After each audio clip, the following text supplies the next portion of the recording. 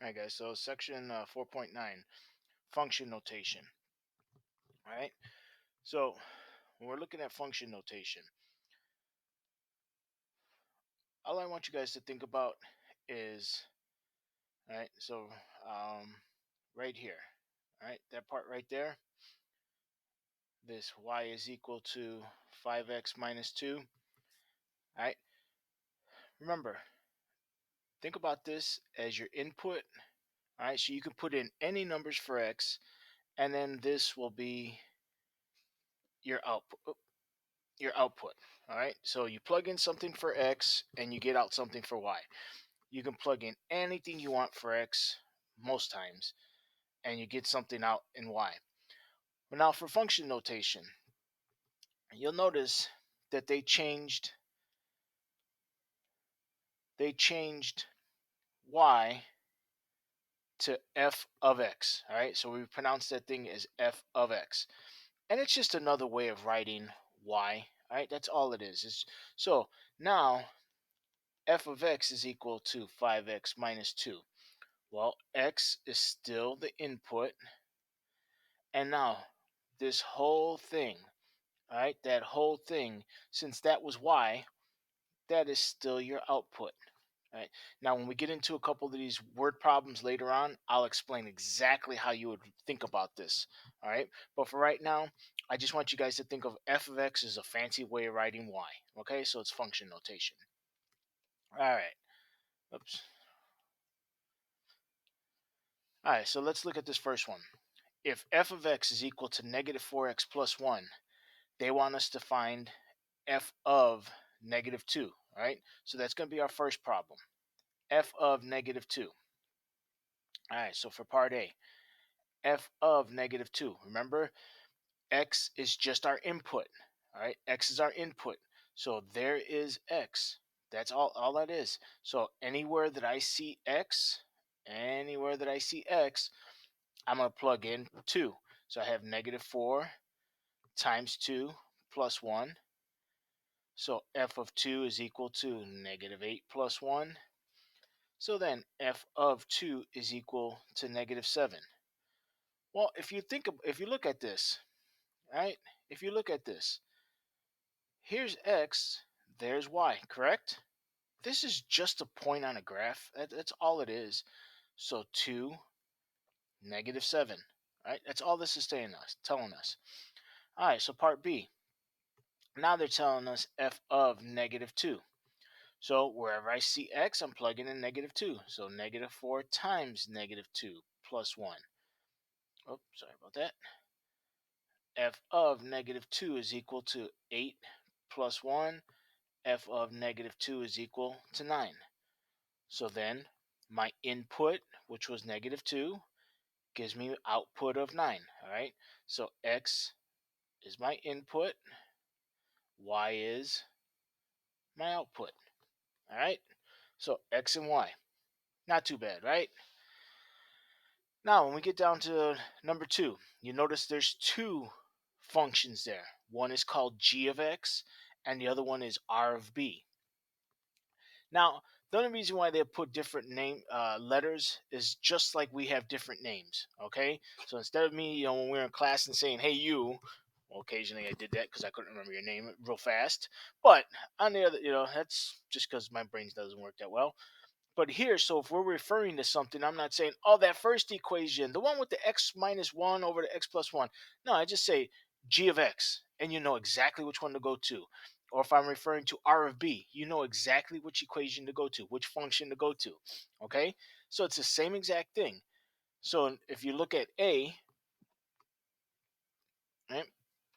If you look at A, it's telling me go to the function named g. Go to the function named g. Wherever I see x, I'm plugging in 4. So I'm going to plug in 4 and I'm going to plug in, I'm going to plug in 4. That's all that's telling me to do. All right. So I went to the function named g. Wherever I see x, I'm plugging in 4. So 4 minus 1 over 4 plus 1. Well, g of 4 is equal to 3 over 5. And just remember, all right, remember, this is just an ordered pair. So x is 4, y is 3 over 5. All right, that's all that is. Okay, so sometimes they're not going to tell you that specifically to write it as, they're not going to tell you to write it as a mixed, as a an ordered pair. But I do like to remind students that all this is just an ordered pair.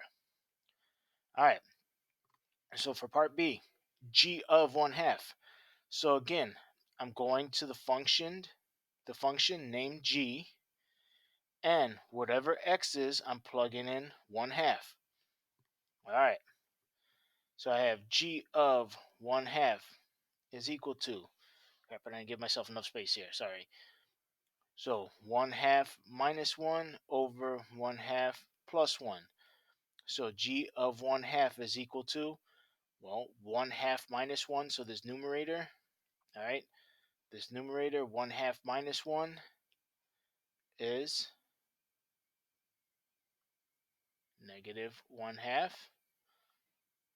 This denominator 1/2 plus 1, all right, is going to be 3/2. So now we end up with g of 1/2 is equal to, well, you can grab your calculator. All right, you can grab your calculator and do this calculation, or you can think about it as saying, this is saying is negative 1/2 divided by 3/2. All right, remember, you don't have to, you can't divide by a fraction, so we can think about it as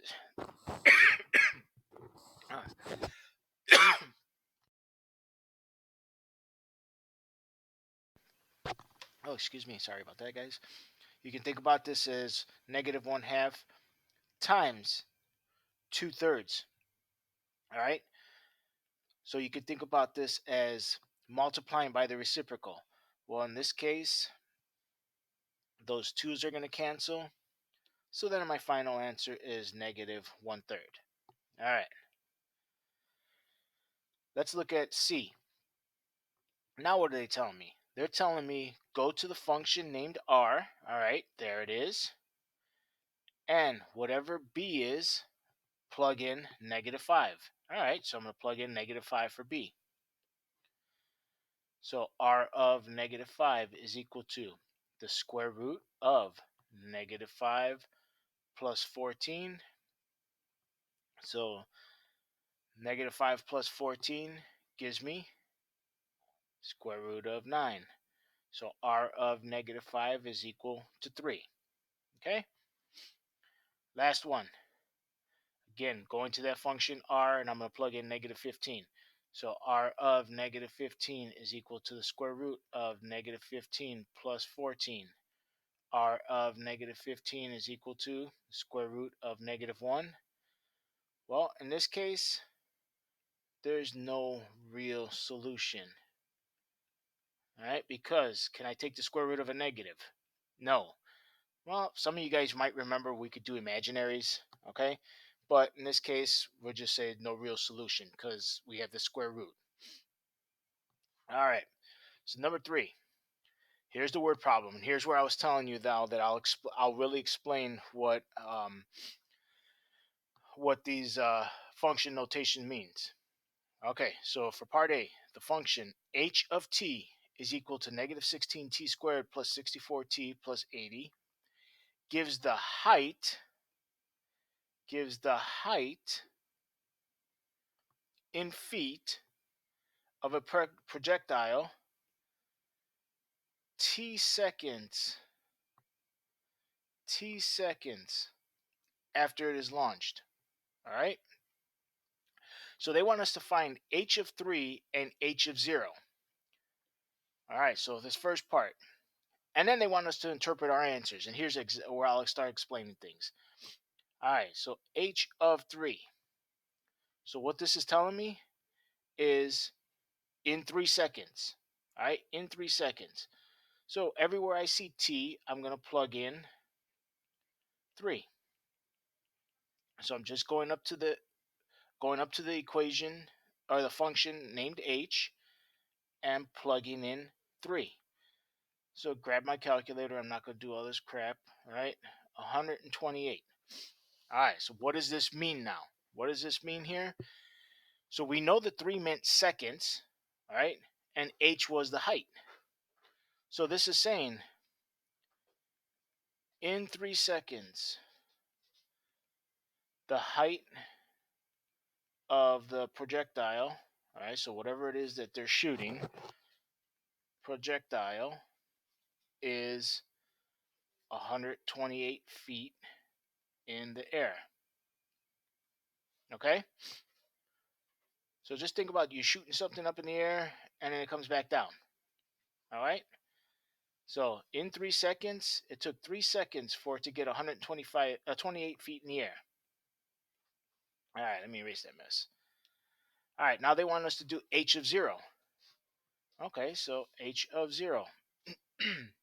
Negative 16 times 0 squared plus 64 times 0 plus 80. All right, h of 0 is equal to, well, grab your calculator. Really? Well, I just thought about this. Do I really need our calculator? No. It's just going to be 80. All right? Had a brain fart there. Like, I'm so used to grabbing calculator. We didn't even need calculator there. All right, so what is this saying? 0 seconds. So has the projectile have they even shot this thing yet? No. So this one's saying we could think about it 2 different ways. In 0 seconds, which doesn't really make a lot of sense, but in 0 seconds, the height of the projectile is 80 feet in the air. But really, what does 0 seconds mean? 0 seconds mean it hasn't even taken off yet. All right. So really, what this thing means is the projectile starts off at 80 feet. All right. So if we think about this, it's probably something like this. All right. You guys are going to laugh at my drawing, but whatever. I don't care. You guys know I suck at drawing. All right. So here's 80 feet up. All right. So here's where it's launching from. It's launching from 80 feet in the air.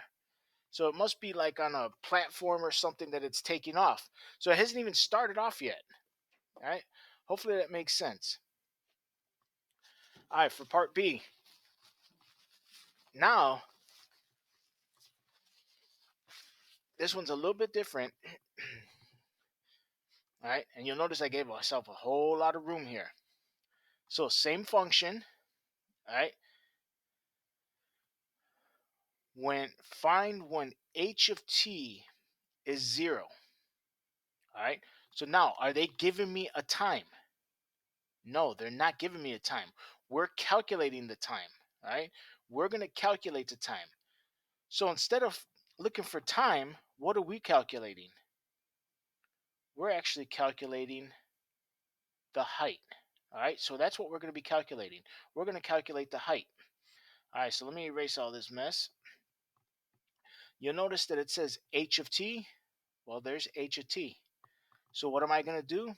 I'm going to replace h of t with 0.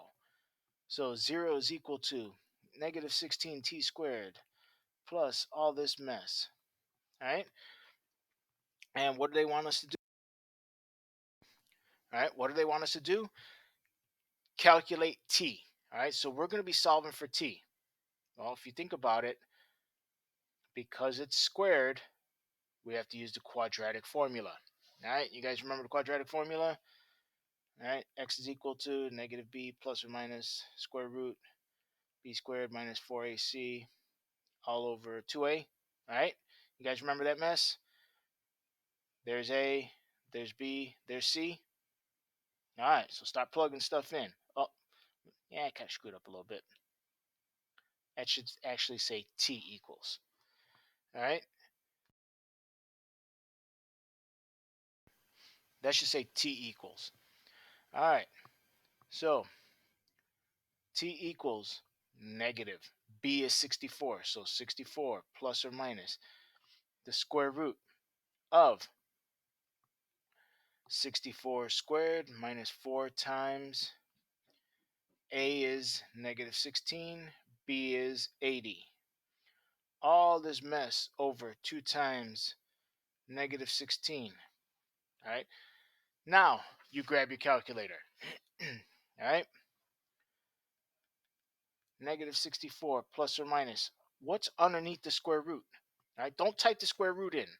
Just what number do you get underneath the square root? I ended up with 9,216 all over negative 32. All right. So t is equal to negative 64 plus or minus. The square root of that gives me 96 over negative 32. Now think about it. We've always talked about anytime you have to the second power, how many answers am I going to have? I'm going to have 2 answers. All right. So the reason why I'm going to have I know I'm going to have 2 answers is because I have plus and minus. Okay.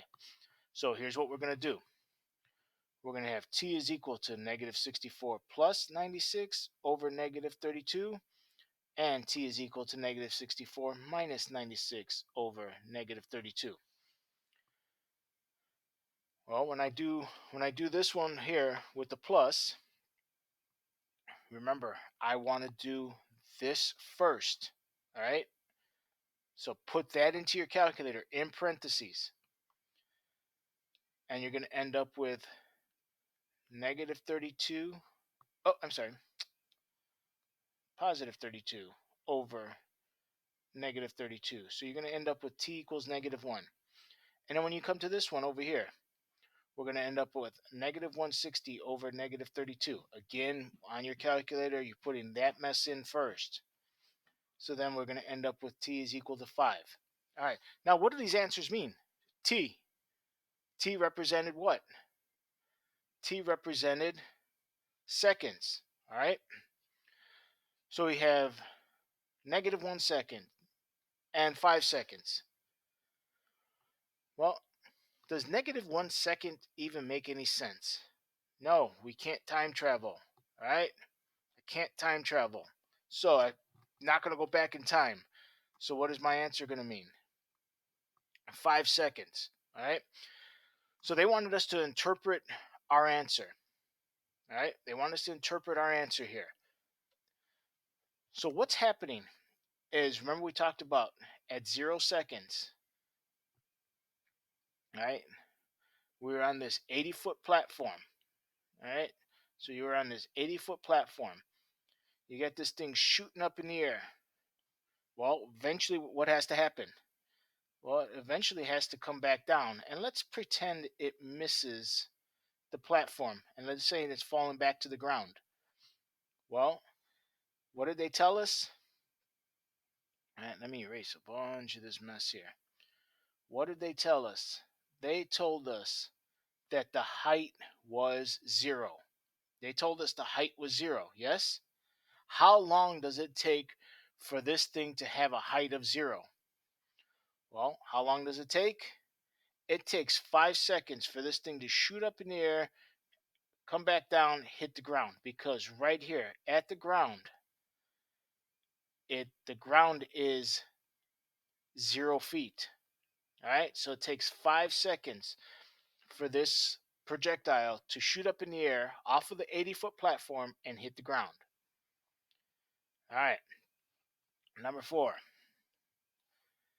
Find the input values that make the function 0. All right, find the input values. Remember, what are the input? What were our input? There's our input. So again, what do they want us to do? They want us to solve for x. So we're going to use the quadratic formula again. Well, in this case, what is a? There's a, there's b, there's c. Well, a is equal to 1. All right? So, quadratic formula. X is equal to negative b. So, negative 6 plus or minus the square root of b squared minus 4 times A. A is 1. Crap, sorry. At least try to be a little bit neat there. Times C, which was negative 1. All this mess over 2 times A, which was 1. All right, so x is equal to negative 6 plus or minus square root. Again, what's the stuff underneath the square root, right? What do you end up with? Well, I ended up with 40 over 2. All right, so 36 plus 4 gives me 40. So then I have negative 6. All right, well, in this case, actually,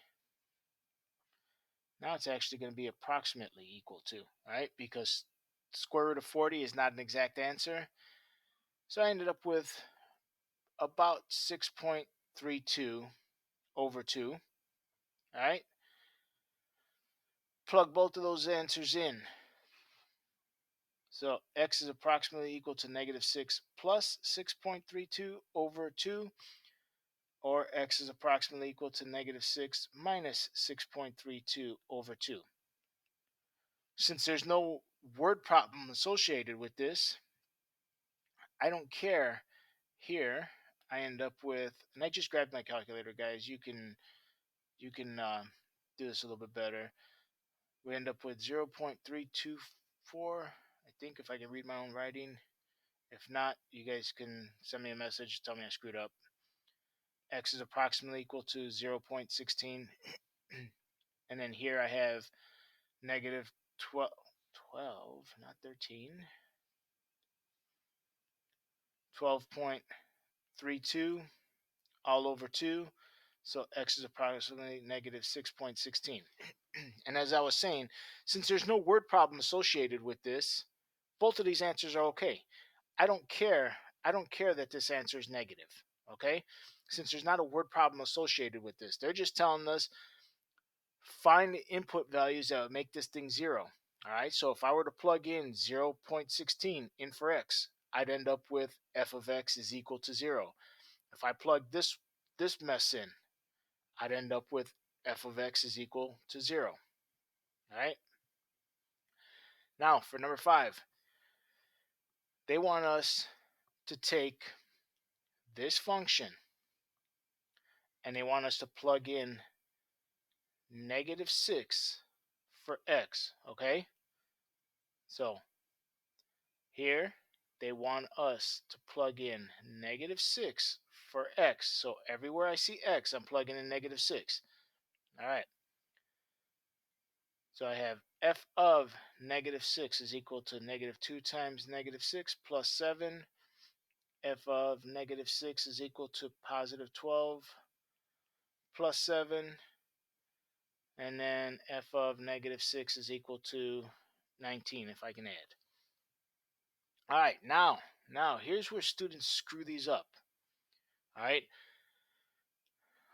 looking over here, f of x is equal to negative 6. Students will right away say, oh, I'm just going to plug in negative 6 for x. No, don't screw this up.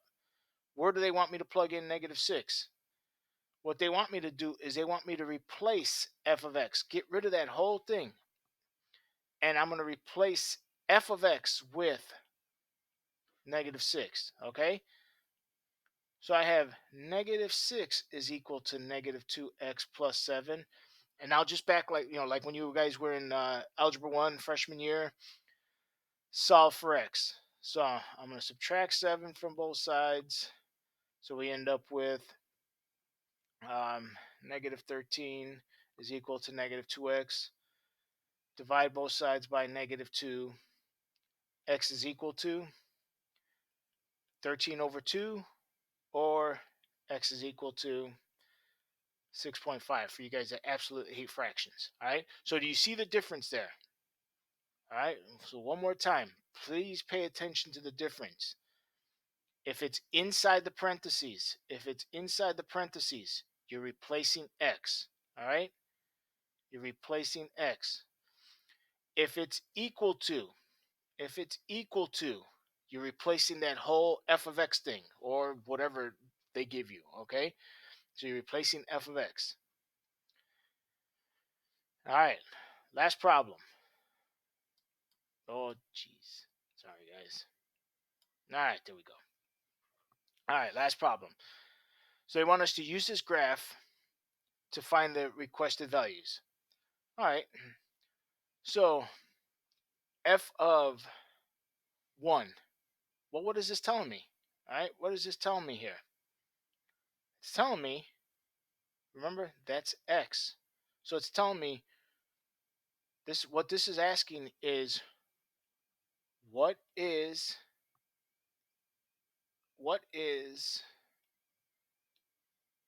y when x is equal to 1. That's all it's telling me. So I come over to the graph. Here's x equals 1. There's x equals 1 right there. Okay? Well, when it crosses the graph, where does it cross the graph? It crosses the graph right there. So what is y? Y is 3. Simple enough. All right. So if we remember, I remember way in the beginning, I told you think about this as an ordered pair. There it is, 1, 3. All right. Part B, f of negative 3. Let me erase this mess. F of negative 3. So remember, this is x. All right. That's x. So where's negative 3? Negative 3 is right there. All right. So at negative 3, what is y? Y is 0. So again, think about this as an ordered pair. Negative 3, 0. All right, now part C. Approximate x when f of x equals 2. What do they want us to do? They want us to figure out what x is. What is this? It's y. So in words, what do they want us to do? They're saying, what is x when y equals 2? So now instead of going vertical up and down, y is 2. So there's 2, right? My perfectly straight line there. Let's see if I can use, since I can never draw something straight, let's see if I can use this here.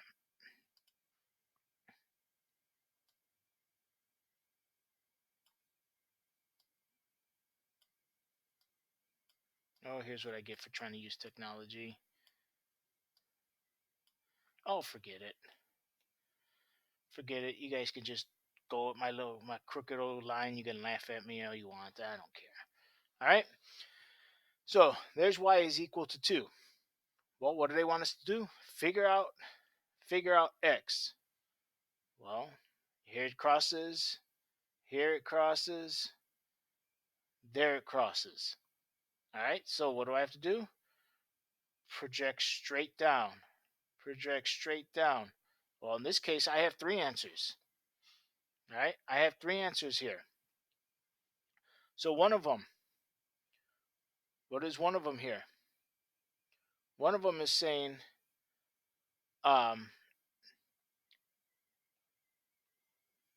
what is x? So you notice I left x blank. What is x when y equals 2? Well, this one all the way over here, this one all the way over here, it says approximate. All right, so we just got to be close. Let's say we call it negative 2.8. Right, negative 2.75. Well, I don't care. As long as you're close. All right, what's the next one? What is x when y is 2? All right, so this next one. Be close, please. All right, so it's less than 2, bigger than 1, closer to 1. So what if we called it 1.3? 1.32. All right, and then the very last one. What is x when y is 2? All right, oops. This very last one here. Bigger than 5, less than 6. Seems like it's closer to the 5. So what if I called it 5.3? Okay? I hope this helped, guys. Send us questions if you have questions.